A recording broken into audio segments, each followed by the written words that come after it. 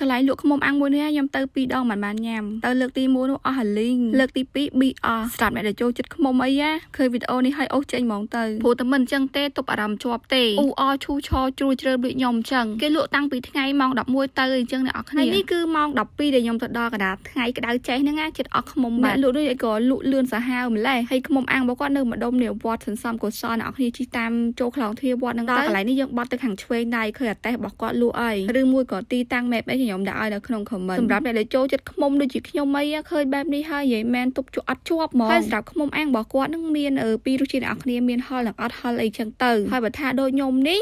យកអា double ហឹលអីចឹងគាត់លាបឲ្យហើយលាបឲ្យទៀតហ្មងសម្រាប់ចិត្តខ្ញុំដែលអ្នកទៅទិញនៅនឹងហ្មងអ្នកគ្នាសឹងថាចង់ញ៉ាំនៅនឹងភ្លាមទៅវានៅក្តៅឆ្ងាញ់ឲ្យខ្ចប់មកខ្ញុំដល់ទៀតអីរៀងកកបាត់ទៅហើយតែពេលដែលយើងបានឈាំមើលគេអាំងនៅក្តៅចឹងអ្នកគ្នាខ្មុំឡើងទុនឆ្ងាញ់ហ្មងហើយសម្រាប់តម្លៃគេមាន10000 12000 25000ឡើងរហូតដល់30000អីក៏មានដែរអាស្រ័យទៅតាមតូចធំអីចឹងទៅដូចថាបើយើងទៅរៀងលឿនយើងមានជំរើសរើសខ្មុំច្រើនជាងអ្នកគ្នាថាដូចខ្ញុំទៅនេះអូឡើងប៊ីអស់ទៀតហ្មងមួយថ្ងៃទី1ទៅនៅសល់តាគេអាំង2ដុំមួយគត់អាំង2ដុំហ្នឹងគេយកអស់បាត់ទៀតលើកនេះខឹងចិត្តមកតាំងពីម៉ោង12ថ្ងៃត្រង់ម្ដងមើលខ្មុំអាំងរបស់គាត់ឆ្ងាញ់អ្នកគ្នាអើយគ្រាន់ឃើញហើយនឹកឃើញទៀតហ្មងហើយពេលខ្ញុំនៅដួសក្តៅចេះហៅអូនិយាយពីថា